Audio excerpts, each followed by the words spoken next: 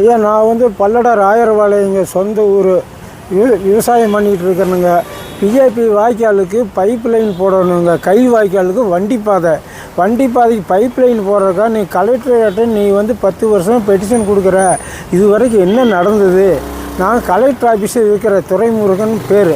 நான் கலெக்டர் ஆஃபீஸில் நான் கலெக்டர் மூலியமாக அனுமதி வாங்கி கொடுக்குறேன் அப்படின்னு சொல்லி முதல்ல 40,000 கொடு அப்படின்னு சொன்னாப்புல கொடுத்தேன். ரெண்டாவது வந்து நான் சென்னையில் போய் ஆர்டரை வாங்கிட்டு வரணும்னு அங்கே 20 ரூபா செலவாகுன்னு அதுக்கு 20 ரூபா கொடுத்தேன். போட்டு வந்து 10ல் ஆர்டரை கிடைக்கல, மறுபடியும் போகணுன்னு மறுபடியும் 20,000 கொடுன்னு கேட்டான். மறுபடியும் 20,000 கொடுத்தேன். ரெண்டாவது வந்து போட்டு வந்து உள்ளுக்குள்ளே எல்லாத்துக்கும் வந்து பணம் கொடுக்கணும், இன்னொரு 25,000 கொடு அப்படின்னா அதுவும் கொடுத்தேன். மறுபடியும் வந்து இன்னும் அதிகாரிகளுக்கெல்லாம் பணம் கொடுக்கணும் அப்படின்னு சொன்னால் சன்னஞ்சனமாக இன்றைக்கி பிச்சு கிட்டத்தட்ட 1,70,000 வாங்கிட்டா. ஆனால் நான் சொன்னது வந்து 1.5 தான் சொல்லியிருக்கிறேன். எங்கே வச்சுங்க ஐயா பணம் வாங்கினாங்க? இங்கே கலெக்டர் ஆஃபீஸ்லேயே தான் காம்பவுண்டுக்குள்ளேயே தான் கொடுத்தேன்.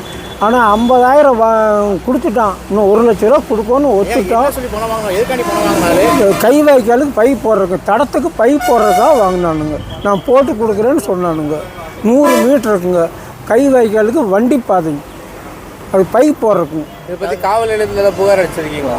காவல் நிலையத்தில் சொன்னதுக்குங்க ஒரு 20 நாள் அவங்க வந்து ஸ்டெப் எடுக்கலை. இது மாநகராட்சி புது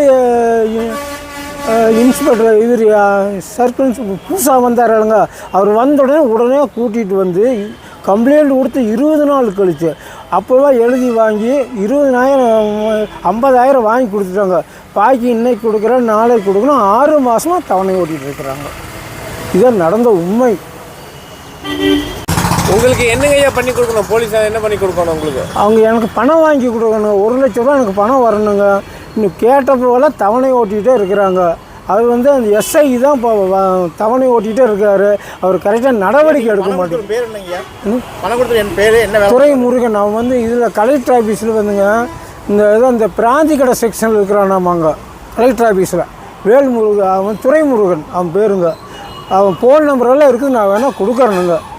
எஸ்ஐ என்ன சொல்கிறாருங்க? எஸ்ஐக்கு எப்போ கேட்டாலும் பெண்டிங் 4 நாள் போரு, 5 நாள் போரு, 1 வாரம் போரு, இப்படியே பெண்டிங் பண்ணிக்கிட்டே இருக்காருங்க எஸ்ஐ. ராமகிருஷ்ணன் நினைக்கிறேங்க. ஃபோன் நம்பர் கொடுக்குறேன், நீங்கள் பேரை பார்த்துக்குங்க. ஃபோன் நம்பர் எங்கிட்ட இருக்கு. ஃபோன் பண்ணி பேசினா முறையாக பதில் கொடுக்குறாரா? பதில் 1 வாரம் 10 நாள் இப்படியே சொல்லிட்டு இருக்கிறாருங்க. சொல்லி எத்தனை நாள் ஆச்சுங்க? இப்போ சொல்லி இப்போ 1 வாரம் ஆச்சுங்க.